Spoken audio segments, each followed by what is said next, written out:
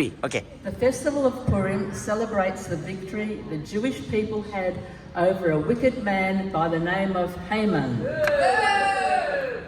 And in the synagogue, if you go to the synagogue, you'll see that whenever Haman's name is mentioned, he is booed because he was really, really bad.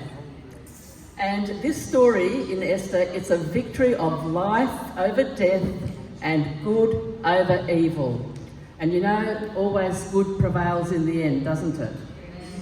The word Purim means lots in Hebrew and refers to the lots that were drawn by Haman, who decide on which day the Jews would be massacred. Not very good.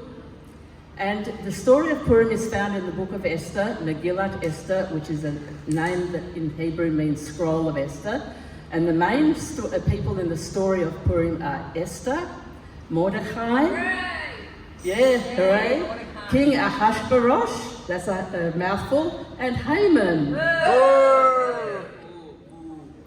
Esther was a beautiful young Jewish woman who was an orphan, but later she became queen. Mordecai was her older cousin who adopted her as his daughter. King Ahasuerus ruled over 127 provinces in the Persian Empire. So it's a big kingdom from India to Ethiopia, and he was quite a powerful king. Haman, the richest man in the kingdom, was appointed as the king's prime minister. He was an arrogant man who hated the Jews. They lived during the time of the Babylonian exile, when the Persian Empire had taken over the Babylonian Empire.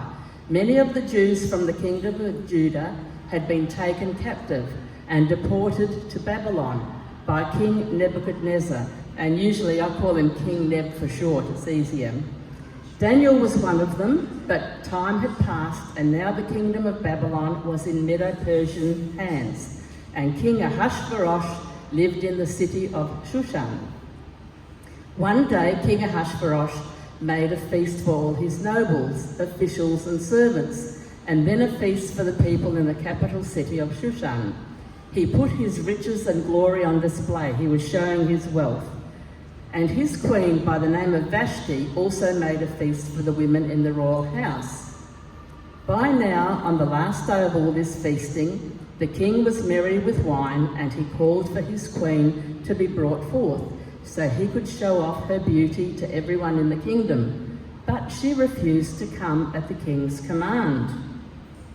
And here the king is feasting, and the king, he became enraged at her refusal. When word got out that the queen acted in a contemptible manner towards the king, people thought that the women in the kingdom would think that this was okay to do the same to their husbands. And so the men must have got worried. And this is found in the book of Esther. And all this caused a right royal stir. So a law was made that Queen Vashti was never to again appear before the king. She was banned from showing her face. And I have heard the story where the king, being drunk, wanted Vashti to parade naked in front of his men, and probably that's why she rightly refused. So here's a pic of the king and the queen, and she turns her back on him. He's not happy. After all this confusion had passed, the king's attendants said, "Let the young maidens in the kingdom who are beautiful be brought to the harem in the city, and let them be given makeovers, and then let the girl who pleases the king reign instead of Vashti." The king was happy with this solution to his problem. He would find himself another queen. Many young women were brought into the palace, and all the girls had their makeovers. The beauty program lasted 12 months, and they probably went to the gym, of course, Persian style. There's nothing new, is there? Vanity has been always around. Then they were presented to the king, and among them was Esther, the Jewish girl. Now her name in Hebrew was Hadassah, which means myrtle, and she was very beautiful. And when the king's men came to her house to take her to the palace, Mordecai told Hadassah not to say that she was Jewish, but to use the Persian name she was given, which was Esther. She was brought into the beauty contest, but nobody knew that she was a Jew. When Esther was presented, she found favour in the eyes of all who saw her. See, God had his plan, and he made it that everyone loved her. And the king was very impressed. Oh, there's a bit missing there, but anyway. He loved her more than all the other women, and so she became his queen. In some ways, Esther's story is similar to Joseph's. They both rise from obscurity where they were living in a kingdom which was away from their ancestral land, to become second to the king of that land, and they were used to save their people. Joseph saved the people in Egypt and surrounding nations, dying from famine. Esther saved her fellow Jews from annihilation. So God was working in their lives. Joseph found grace in the eyes of Potiphar, Pharaoh's captain. Then he found favour with the Pharaoh. And Esther found favour with the king's eunuch, and then great favour with the king, and she became his queen. She was a descendant of King Saul, but she did not declare her royal lineage because she would have hoped that the king would think she was of humble origin and send her away. And I don't think she really wanted to be married to a heathen king. I mean, you girls, would you like to be rounded up and taken somewhere and, you know, presented and then the guy picks you out? No thanks. I like free choice. With all that happened, every day Mordecai, her cousin, sat outside the palace gate to wait for news from Esther. He needed to know how she was faring as queen inside the palace. And while he was waiting one day outside the palace, he happened to hear two men plotting to kill the king. So he warned Esther, who alerted the king, and the two men were caught and killed. Although the incident was recorded in the royal book, the royal journal, that Mordecai the Jew had saved the king, the matter was soon forgotten. One of the king's men, Haman, had been promoted to a very high position in the kingdom. He had become the prime minister, and all the king's subjects were ordered to honour Haman and bow down to him. And one day Haman went past Mordecai, but Mordecai would not bow down and prostrate himself before Haman. And being a good Jewish boy, he wasn't going to bow down to anyone but God. Haman was filled with rage. He was furious. This stirred him up so much, and because he knew that Mordecai was a Jew, he decided that he wanted to destroy all the Jews throughout the entire kingdom. Not a very nice man. He sounds like someone else we know in history. Oh, lots of them. So Haman was filled with rage against the Jews. He was that angry the steam came out of his ears. Haman was a descendant of Agag, the Amalekite king, conquered by King Saul. And the Lord had commanded Saul to totally destroy all the Amalekites, which he did except for Agag. Saul had spared Agag and the best of the possessions. So he was disobedient. God told him to do what he had to do and he didn't. And Agag lived long enough to have descendants, and Haman was one of them. So if God had been obeyed, there would not have been a Haman to cause this trouble for Mordecai, Esther and the Jewish people.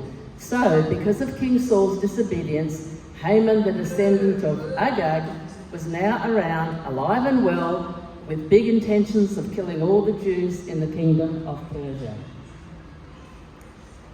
Going back to the story of Agag, Samuel the prophet of Israel ended up killing him by cutting him to pieces, but not before he went and procreated. And Samuel had realised that Saul's disobedience, he realised it, and told Saul to bring to him Agag, the king of Amalek. And he was brought before Samuel, and Samuel, the prophet, disposed of him. And when that was happening, Agag knew that something was going to happen to him, because he said, "Alas, the bitterness of death approaches." He knew. And Samuel said to Agag, "Just as your sword has made women childless, so shall your mother be childless among women." Because he must have slain a lot of people with his sword. And then Samuel did the same to him in Gilgal. You know, he got his own medicine back, really. So he had used his sword to kill people, now he was killed by the sword. And Yeshua said in Matthew 26:52 that those who live by the sword will die by the sword, and Samuel slew Agag before the Lord as witness to what Saul should have done long before. So the original mission was accomplished.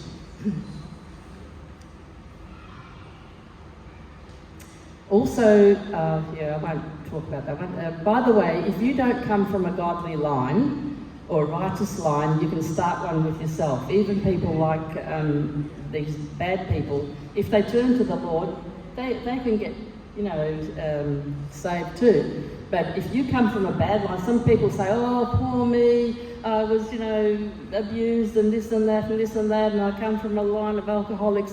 Well, start a good line with yourself. Yes. Haman's plot was an attempt at genocide of the Jewish people. And you see, Satan has always tried to destroy the Jews to thwart God's plan of the Redeemer coming from the tribe of Judah. To destroy the Jews would in effect also be to destroy the covenant that God had made with Abraham. And then this would make God appear to be a liar because he could not keep his covenant. Let that sink in. That would destroy God's covenant. So God was not going to allow them to be annihilated, and still today, he's not going to allow Israel to be annihilated completely. No. Haman complained to the king and pointed out that there were certain people in his kingdom. There are certain people, O king, they don't obey your laws, and they're different from the other people, and they won't conform to our society, and the king should not tolerate them, your majesty. This is what he would have said. And the king gave Haman power to do as he wished in this situation. He seemed to trust his judgment, and letters and posters were sent to every province of the kingdom, proclaiming an order to slay all the Jews from the youngest to the oldest, exterminate them in one day, and take all their possessions. But of course, the king didn't know that his beautiful wife was Jewish. So he's got a big surprise coming up. Mordecai learned of this shocking plan and was horrified. He tore his clothes, put on sackcloth and ashes, and went into the city, and he cried loudly and bitterly. He went into mourning over what was going to happen to them. Esther's maids came and told her about it, and she naturally was greatly distressed. She sent clothes to Mordecai so that he could get out of his sackcloth, but he would not accept the nice clothes. Mordecai got word to Esther. He told her, "Don't think that you will escape all this just because you are living in the king's palace. If you keep silent and do not say that you are a Jew, deliverance will come to the Jews from another place, and you and all your people will perish. But who knows whether you have come to the kingdom for such a time as this?" Esther realised that she had to do something quickly, so she ordered a fast for 3 days and 3 nights. She and her handmaidens would fast, and she told Mordecai to summon all the Jews in the city to fast. There was great mourning amongst the Jews when they heard of this terrible plot, so they started to fast and weep before the Lord. Esther would then approach the king. She risked her life when she came before King Ahasuerus, because no one could come before the king, not even his wife, without his approval first. But she said, "If I perish, I perish, or if I have to die, I will, but I'm going to do this." Esther put on her royal robes and walked into the throne room. She finds favour in the king's eyes, and he extends the golden sceptre to her, indicating that she had his approval to approach him and come into his presence. And that's like when we come into the throne room, we pray and we come into the throne room of God, and the Lord extends his sceptre towards us and accepts us. We have acceptance with the Lord. He asks, "What does she want?" And Esther says that the king and Haman come to a banquet she has organised for them. So that's, just a small ask, not a big ask. So that's her coming before the king. During the dinner, the king asks Esther what it is that she desires. because he shall give her whatever she wants, even to the half of his kingdom. That's how much he loved her. Her request was for another banquet for the king and Haman to attend. Haman was happy. The parties continue. What a life. Out every night, dining with the king and the queen. And his wife would have been happy too, because she didn't have to cook him dinner every night. So there's only the three of them at this royal dinner. When Haman went outside, he saw Mordecai, and he noticed again that Mordecai did not bow down to acknowledge him, and he became filled with anger. He went home and he told his wife and his friends. He reminded them of his position and all his worth, but said that this was worth nothing so as long as he sees Mordecai the Jew as he is. So his wife and friends said, "Make gallows and have the king order Mordecai to be hung on them." And this suggestion pleased Haman, and he had the gallows erected. So he wasn't happy. Even then, people weren't happy. That night, the king's sleep was disturbed. He couldn't sleep, and God made it that way. And he commanded the book of records to be brought out and to be read before him. It was found written in the records that a person called Mordecai had intervened and saved the king from those plotting to kill him. The king asked what had been done for Mordecai in recognition of his good deed, and the king's ministers told him that nothing had been done for him. So just at this very moment, Haman was coming in to see the king to speak to him about hanging Mordecai on the gallows that he had erected. This is God-appointed timing. God always has his time, never 1 minute early or 1 minute late. It's always on time. The king asked Haman what should be done for the man whom the king desires to honour. And in his heart, Haman says to himself, "Who would the king especially want to honour more than me?" He thought he was going to get all the goodies. So Haman replied to the king, "Your Royal Highness, for the man that you wish to honour," because he thinks that's going to be him, "have him clothed in the royal garments that the king has worn, and let him ride a horse that the king has ridden, and place a royal crown on his head," because he thought, wow, I'm going to be even more important. Then the king said to Haman, "Take the royal clothes, the horse and a crown, as you have suggested, and do all this for Mordecai." And you can just imagine Haman's reaction. What a blow to his pride. This was exactly the opposite of what he had thought it would be. So Haman took the clothes, one of the king's horses and a crown, and dressed Mordecai and had him ride through the city square, being proclaimed as the man whom the king desires to honour. After this, Haman hurried home, very troubled and upset, and told his wife and his friends everything that had happened. Haman then had to attend another banquet with Esther and the king.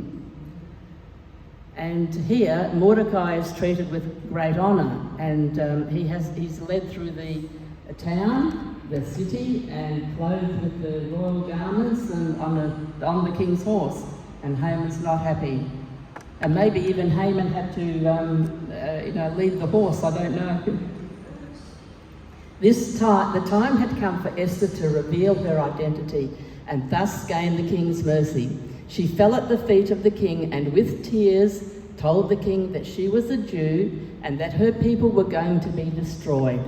On hearing this, the king wanted to know who was this person who would dare to do this, and she told him it was wicked Haman.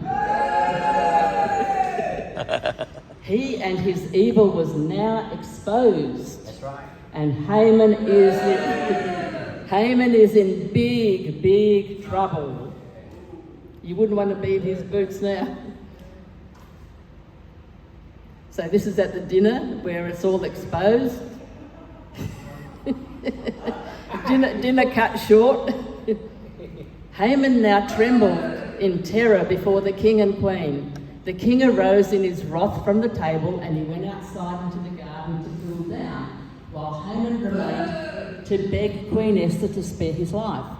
As Haman was doing this, he accidentally slipped and fell on top of Esther, where she was reclining on the couch, just as the king was coming back inside. Haman was caught in what seemed a compromising situation with Queen Esther. On seeing this, the king cried out and said, "How could Haman assault the queen like this?" Because he was falling on top of her, you see. It didn't look good at all. So the king is not impressed with Haman's actions, and that's God timing as well. Amen. The king had Haman immediately removed by his servants, and they covered his face, meaning he had had it, his life was doomed. One of the attendants told the king about the gallows that Haman had erected at his house for Mordecai, and the king said, "Hang Haman on it."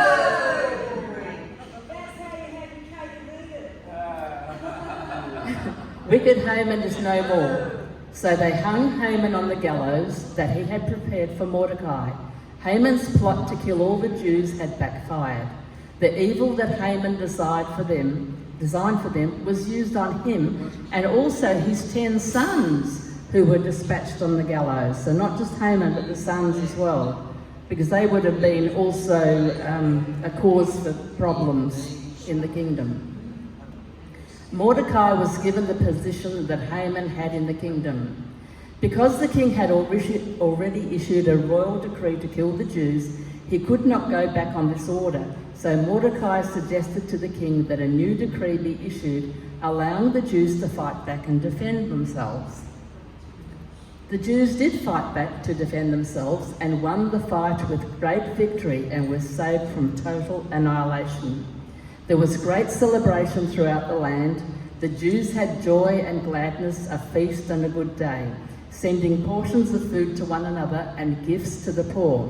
When the Persian people saw all of this, many of them became Jews and followed the Jewish way of living, for the fear of the Jews fell upon them, and they were in awe of these people. They also now realized that their beautiful Queen Esther was Jewish.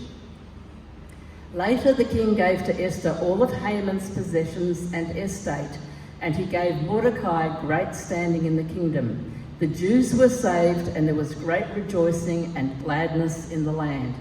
What started out as doom and destruction for the Jews was reversed, and Haman and his sons were destroyed. And I like the last verse in the book of Esther, where Haman, it says that he sought the wealth of his people, speaking peace to all his seed. That's all his descendants. He spoke peace. Purim is not one of the appointed 7 festivals of the Lord in Leviticus 23, but it is biblical for the Jews to remember and celebrate Purim. The Jews said that Purim would be remembered and celebrated by every generation, and that Purim should never cease among the Jews, neither the remembrance perish from their descendants. Purim is feasting. The fasting happened before. Feasting and merrymaking because of the miracles and deliverance that occurred. And we as believers can celebrate the victory over the enemy also. Today, when we've got a problem, we take it to the Lord. He's there. He knows all about it before it even arises. And he will be there for you to give you victory. Esther was born for such a time as this. And like my sister Kathy sings the song, you have been brought into the kingdom for such a time as this. We can apply this statement to ourselves too. We were born for such a time as this, where we are now. We have a job to do. Esther saved her nation, the Jews. This was achieved by fasting and crying out to God.